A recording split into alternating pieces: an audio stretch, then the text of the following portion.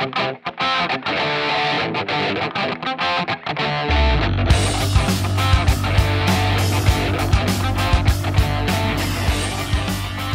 welcome to My Comic Crush. I'm Vickie Sebring, and I love comics. So let's dive into a long box and see what we find. With me this week is my co-host, Scott Sebring. Hi. And this week we're going to talk about Birds of Prey number 19. I believe this is from Volume 1 of Birds of Prey. That would be my best guess. An awesome series. Really, really should check it out if you haven't. This particular issue is titled Masks, and the writer was Chuck Dixon. Artist was Butch Goosey. I think I said that correctly, but probably not. Letterer was Albert T. de Guzman. The colorist was Gloria Vasquez. There's a credit on there for a digital chameleon of separations. Don't know what that means, but it's on there. A little mystery there. Assistant editor was Frank Barrios, and editor was Joseph Illich. And once again, as always, if I've mangled your name, I'm really sorry. And I love this issue because it's really kind of one of these day in the life issues. There is some action and adventure stuff in there with regards to the Black Canary, but primarily the issue focuses around Barbara Gordon and just what's going on in her life at the moment. The mundane routine, as it were. And I'm one of those people who I enjoy having those insert. I enjoy that little window into just everyday life for the characters that I'm attached to. So I really enjoyed this one. It was published date was about July of 2000, I believe.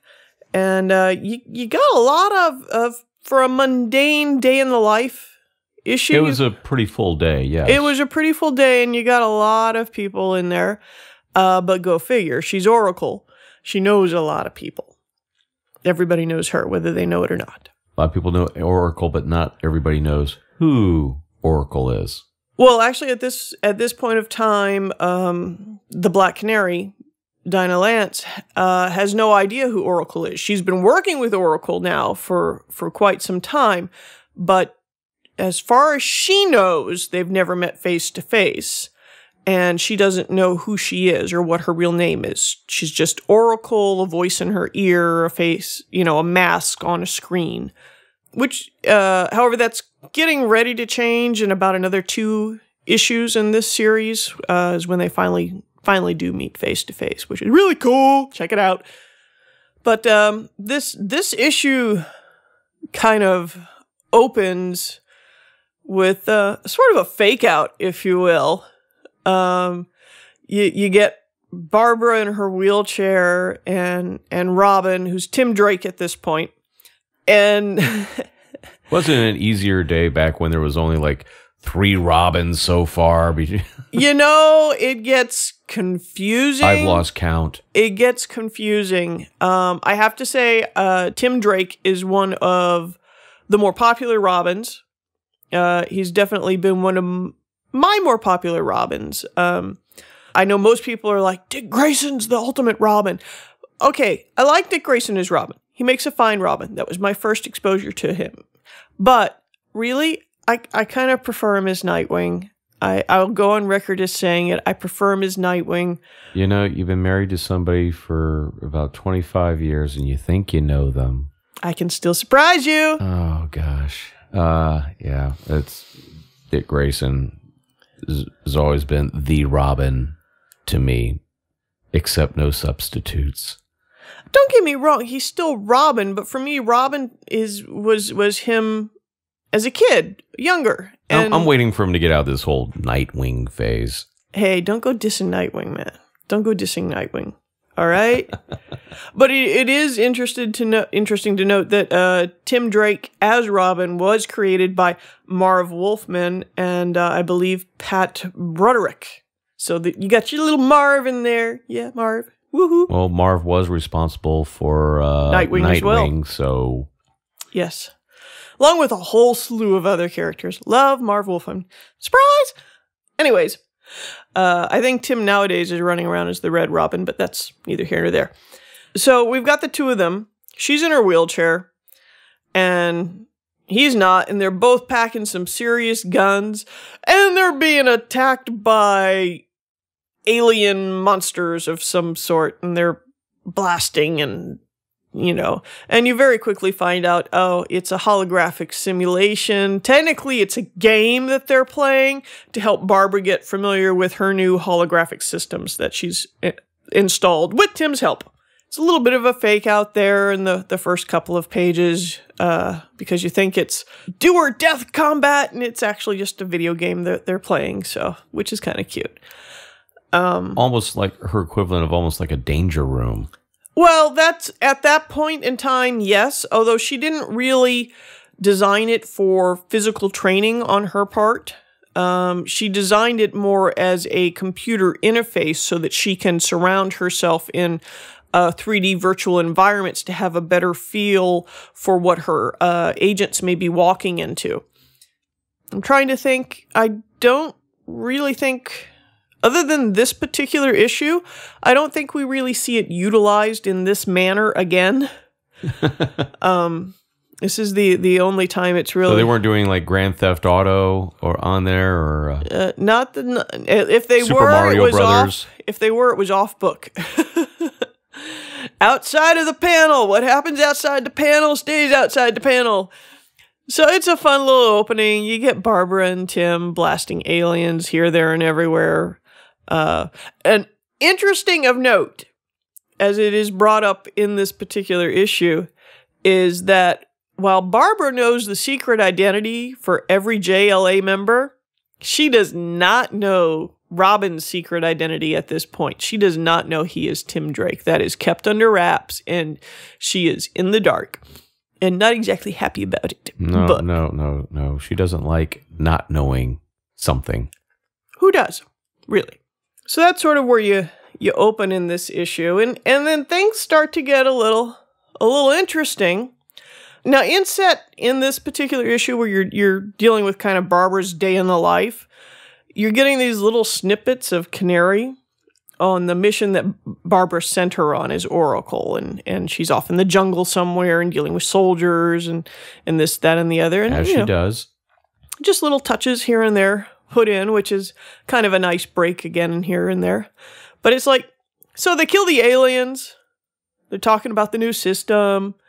Barbara's thanking him for all the help, installing everything. I guess he did a lot of running cables and stuff for her. And the doorbell rings. The doorbell rings a lot in this issue, which is really cool. And who's there? Oh, it's Dick Grayson with flowers and pizza. More importantly, the pizza. Of course, he comes up, so then you've got Barbara and Dick and Tim and the interactions that follow there. There's definitely a dynamic between Dick and Tim. You can tell Tim kind of likes to needle Dick a little bit, and Dick would kind of like to swat Tim if he could. There's a lot of really fun interplay, a lot of interesting relationship dynamics that are going on in this issue that you see. One of the things in that particular scene that I kind of was digging, that the humor in the interaction, was when Tim's eating pizza and he ends up getting like pizza sauce on the vest. Yeah, I was just thinking of that. And Dick's, going like, that's the one thing I liked about that Robin suit, was that, you could get stuff on it and it would never show up. And Barb's like, yeah, and the green tights were really hot. Looking at Dick that way. But I think you got a little bit of an issue with the whole Barbara Gordon, Dick Grayson pairing. Well, I don't... Look, I'm a Titans fan. I'm a New Teen Titans fan. That's really, in comics, that is really my primary exposure to Dick Grayson as Robin and Nightwing, is through the New Teen Titans back in the 80s. And my exposure to Batgirl, at that point I didn't really follow her in the comics much, if at all. There wasn't as much to follow at that time.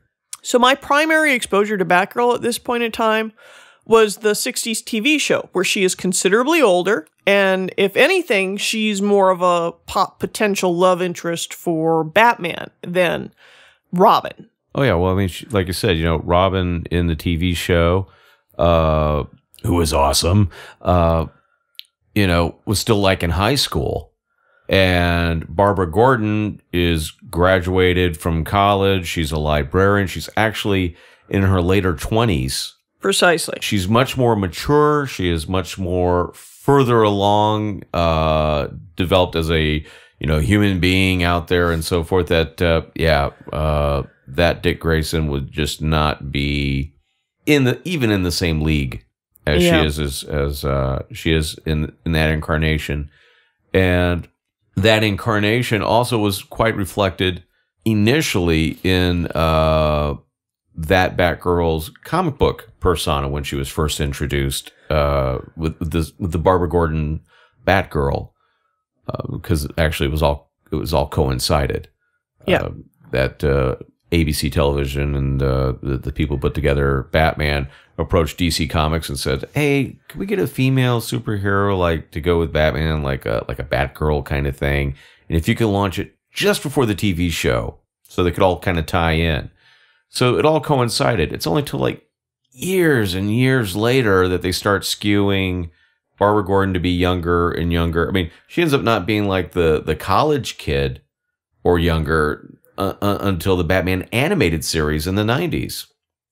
But yeah, they would pair up Robin with Batgirl to do a dual team thing, but there wasn't a romantic interest. So now I bring it back to you. Teen Titans. Right, where the big love story is Dick Grayson and Starfire, Princess Coromandel, also aka Corianders, if you're looking at her human secret identity. They're an item. They're a super serious item. Super, super, super serious. They were engaged. They were going to be married. Long story. Stuff happens. But, they were a serious, serious item through most of the 80s. On and off, stuff happens, how it goes. But to me... They were like the Ross and Rachel of the DC universe. Don't go there. Don't go there. Keep your fandoms separate, man. Keep them separate. Just saying they were that couple that you always still wanted to work out for them. You wanted it to work. I think Dick Grayson belongs with Corey. That's all there is to it. Dick Grayson belongs with Starfire. Nightwing belongs with Starfire. Sorry. That's what I feel in my gut. Now, that's not to say that I necessarily have a problem with him having a romance with Barbara, as long as he's not cheating on Corey at the time. Also, they're on a break. Well, they're in one of their off-again periods, Hey, I can't say too much because she did get married on him to somebody else, okay? Granted, it was a political marriage, but it's complicated. It's complicated. So I don't really have a problem with them having a relationship. It just still feels kind of wrong to me. Kind of doomed to me because he doesn't belong with her. Ultimately, he belongs with Corey. So I feel kind of sad for them because they're doomed. So whether or not he's with Barbara or the Huntress or whoever, they're doomed. He belongs with Corey. They're doomed. It's not going to last. It's going to end in tears somewhere along the way because he belongs with Corey. Well established. Yes, that's my worldview. But I mean, that doesn't necessarily mean that he and Barbara don't have super strong feelings for each other and very deep feelings for each other. I don't invalidate their feelings for each other. It's just he's meant to be with Corey. Okay, we've established this. He's meant to be with Corey. Meanwhile, back at Bab's place, we are in one of those periods where the relationship between Dick and Barbara is starting to heat up a bit. Percolate. It's percolating. He brought flowers and pizza I was pretty anxious to get rid of Tim. He did seem rather anxious to get rid of Tim.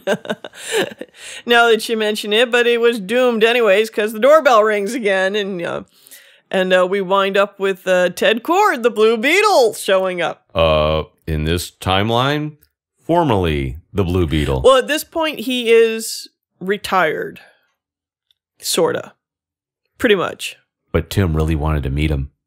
Oh, Tim totally wanted to meet him. And Barbara's like, well, he can come up. That's not a problem. And Dick is like, well, Robin needs to leave then because obviously he can't be here when Ted's here because there'll be too many questions. And Barbara's like, no, there won't be any questions. Ted knows I'm Oracle. And, Dick isn't really grooving on this whole Ted Kord, Barbara Gordon friendship. He's like, how do you know Ted? What's the deal here? You can tell he's got a little jealous percolation going there. And Rob's like, great, so I can stay, but you have to leave because we can't both be here because how do we explain Dick Grayson, Robin, Oracle? No, you gotta go. How does Dick Grayson know Robin and Oracle? Right, so obviously he really shouldn't be there. But meanwhile, Ted Kord's still ringing the doorbell. Right. So, she's like, look, you guys sort it out. And she goes down to let Ted in. Because only one of you can be up here. Yeah, it's too hard to explain both. I can explain one is my friend is Barbara, or I can explain one is my friend is Oracle, but I can't explain you both here together. So she's like, sort it out. And she goes down to let him in and bring him back up. And so then there's the sort out argument between the two of them, which pretty much ends. And well, it's pretty much Tim's just very focused on that. He wants to meet the Blue Beetle. He wants to meet the Blue frickin' Beetle, and Dick's going like formerly the Blue Beetle. Tim doesn't care. Tim doesn't budge. Tim doesn't budge, and so Dick winds up getting shoved into the holographic simulation room, which he doesn't realize is a holographic simulation room. No, somebody didn't tell him that part. Nobody told him that, and I think it's based on the events that happen while he's in that room waiting for things to happen. That somebody intentionally didn't tell him that. With the intent of maybe playing some jokes on him when things pop out at him unexpectedly. Oh, yeah. Like I said, Ted Kord comes in, Babs is meeting him, Tim's there. Tim's like all geeking out on him, like, Yeah, Tim. Like, tell me about the, too bad we don't have a flying machine, like, like the Scarab or something. Yeah. Tim was definitely grooving on it. And, and I have to say also, not just the fact that Barbara was friends with Ted was bothering Dick a bit, but the fact that Ted knew that she is Oracle. It's not just that they're friends because they're both computer geeks, but he knows she's Oracle. That's kind of big, in the superhero. Well, when you let somebody know your secret identity, that's kind of like, that's past first base. It's like what's third base, third and a half, stealing home. Some people are kissing, they keep the mask on. Yeah, so that's also kind of needling him there. But Ted and Barbara have this really nice dynamic friendship going on at this point in the series, and it's a really nice relationship to see how it evolves, and in some regards she kind of needles him back into the suit when she gets the chance. Well, that's later, but that's later, another story, another issue. And so you've got Robin and you've got Ted, and they're offering him pizza, and Ted's like, oh no, I'm on a diet. And the doorbell keeps ringing, ding dong, so at this point Barbara's like, the person ringing the doorbell is Jason Bard. Which apparently there's some history with Jason Bard. Yeah, they were engaged. She broke it off shortly after getting shot. Not just because she was paralyzed. As a matter of fact, at this point, he doesn't even know she is paralyzed. He doesn't know what else, that she's in a wheelchair or anything like that. And he's blind at the moment. Yeah, he was blinded. He's temporarily blind at this point. He was blinded on an adventure several issues previous when he and Black Canary crossed paths. He does eventually regain his sight, and Barbara at this point knows that his blindness is temporary, although to a certain degree she does have a little guilt about it.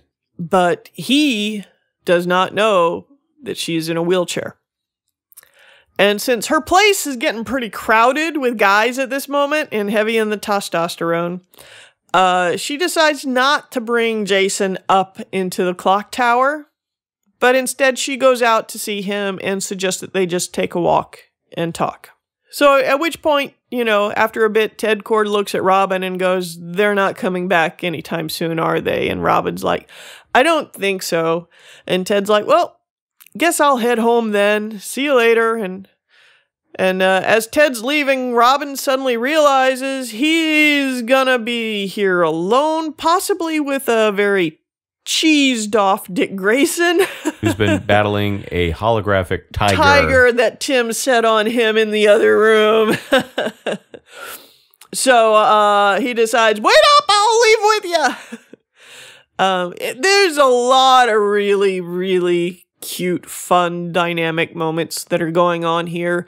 There's some emotional moments too while Barbara and Jason are walking and talking. He realizes she's in a wheelchair because he's like, you've been short, but you've never been this short before."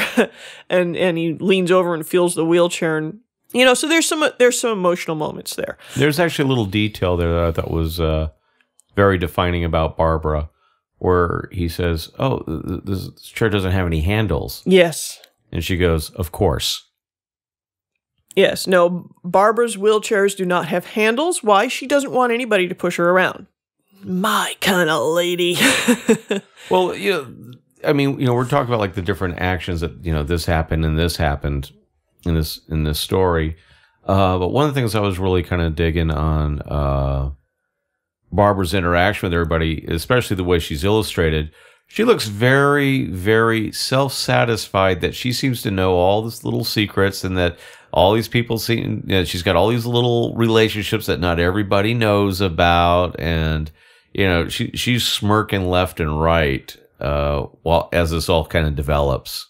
She's having fun with it. She has a lot of fun with it. You know, at this point in the relationship, Dick is more pursuing her, and she's a little standoffish.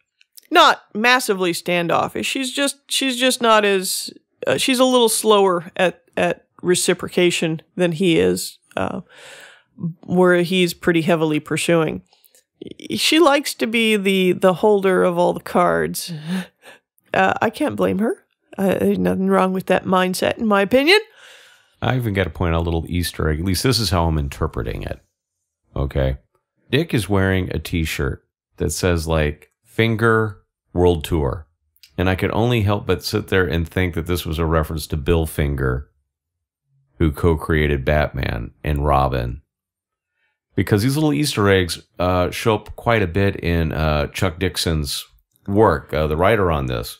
For example, I was just recently reading one of his other works, which we'll probably do a podcast in the future of, which is Batgirl Year One. Oh, yeah, that's definitely in our lineup. But there was like these little Easter eggs where it was like Infantino's Costume Shop, which was a total reference to Carmine Infantino, who was a co-creator of the Barbara Gordon Batgirl.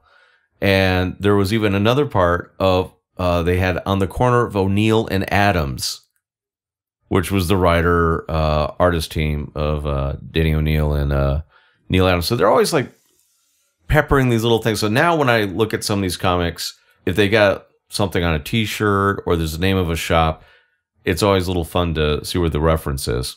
You know, nowadays, I think that there's always those writers who love to pepper in those little references and Easter eggs and stuff.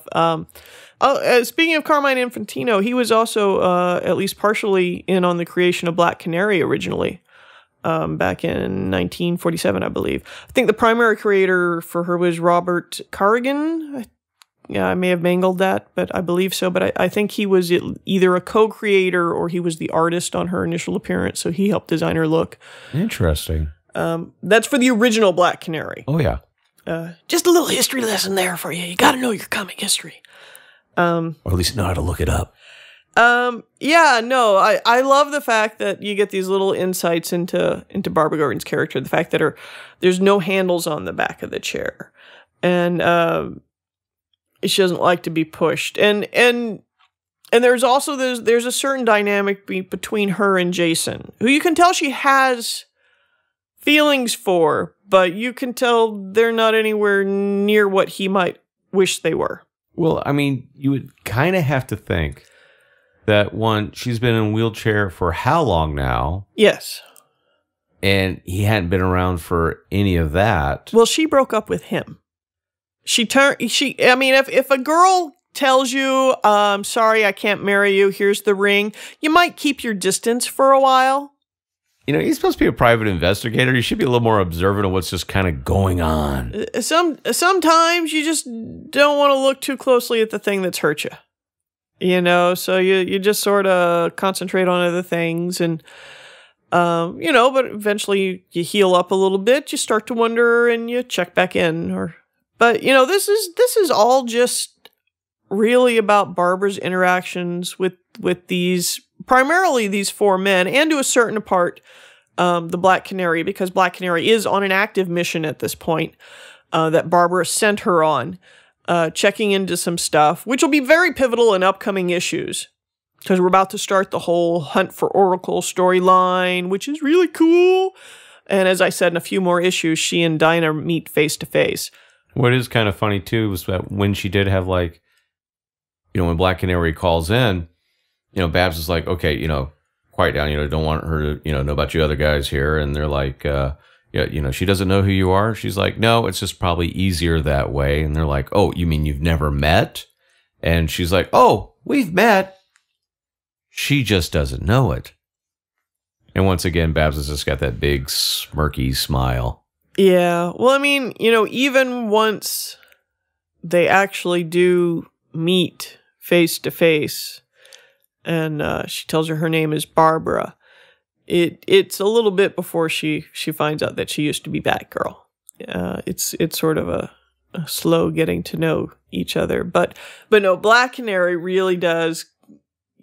She kicks frickin' butt, and at this point in the series, we're talking about issue 19 here. She does not have her canary cry. She has no longer has it, so she is just strictly on her martial arts and brains ability. And let's point out, the only superpower Canary has ever had is her canary cry. She does not have super strength. She does not have super speed. She does not have super endurance.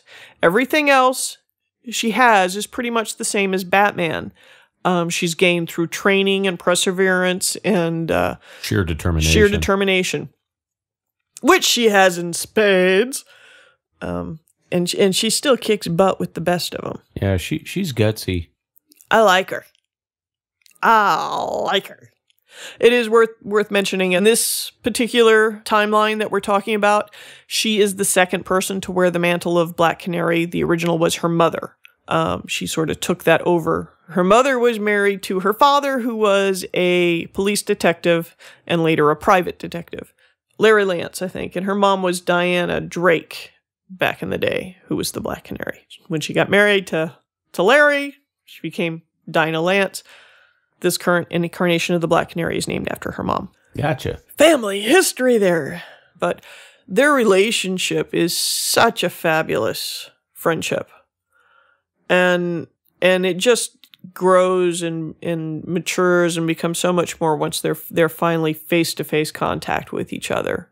There's some really great dynamics, some really great scenes, a whole lot of great adventures in their future. This Birds of Prey is a phenomenal series, and check it out. If you haven't read it, if you've only read parts of it, really start at the beginning, read your way through.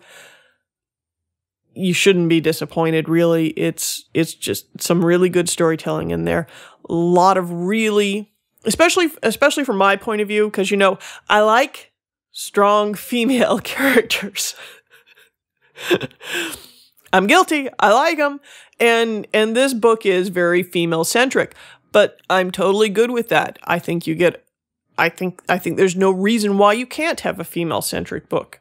The thing that really happens with this title is that Black Canary really does come across so much more than, hate to say, Green Arrow's girlfriend. Oh, totally. I mean, she really matures and comes into her own. As you get deeper into the series, there are some really interesting things that happen in her personal growth and development. We'll go into them when we pull out those issues and I take a look at them, because I'm definitely going to have to talk to you about some of those issues, because man, they're so good. And later on, Gail Simone is writing. Such good work. And you bring Huntress in, and then later on you bring a whole bunch of other people in, and there's different dynamics that Barbara has with different characters.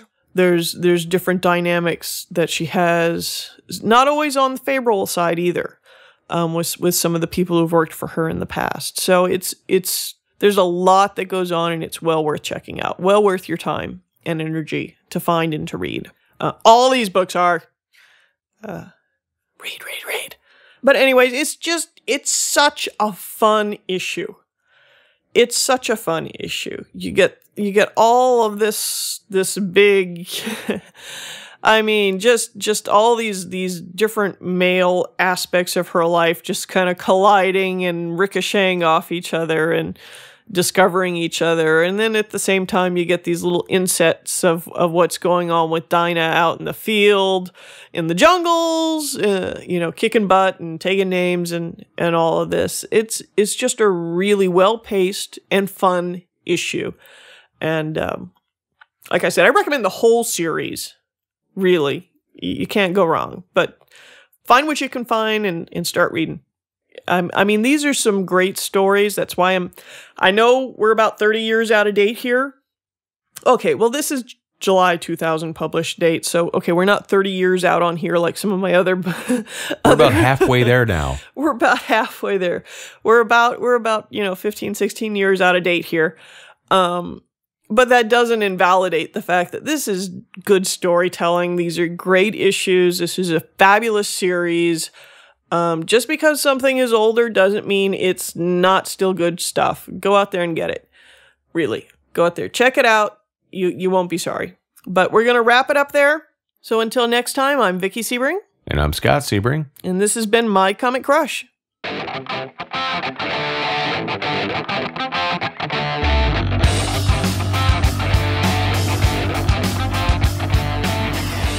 My Comic Crush is a production of Sebring Arts, executive producers Vickie Sebring and Scott Sebring, sound production and theme music by Scott Sebring, special guest provided by Blackmail and Shameless Baking.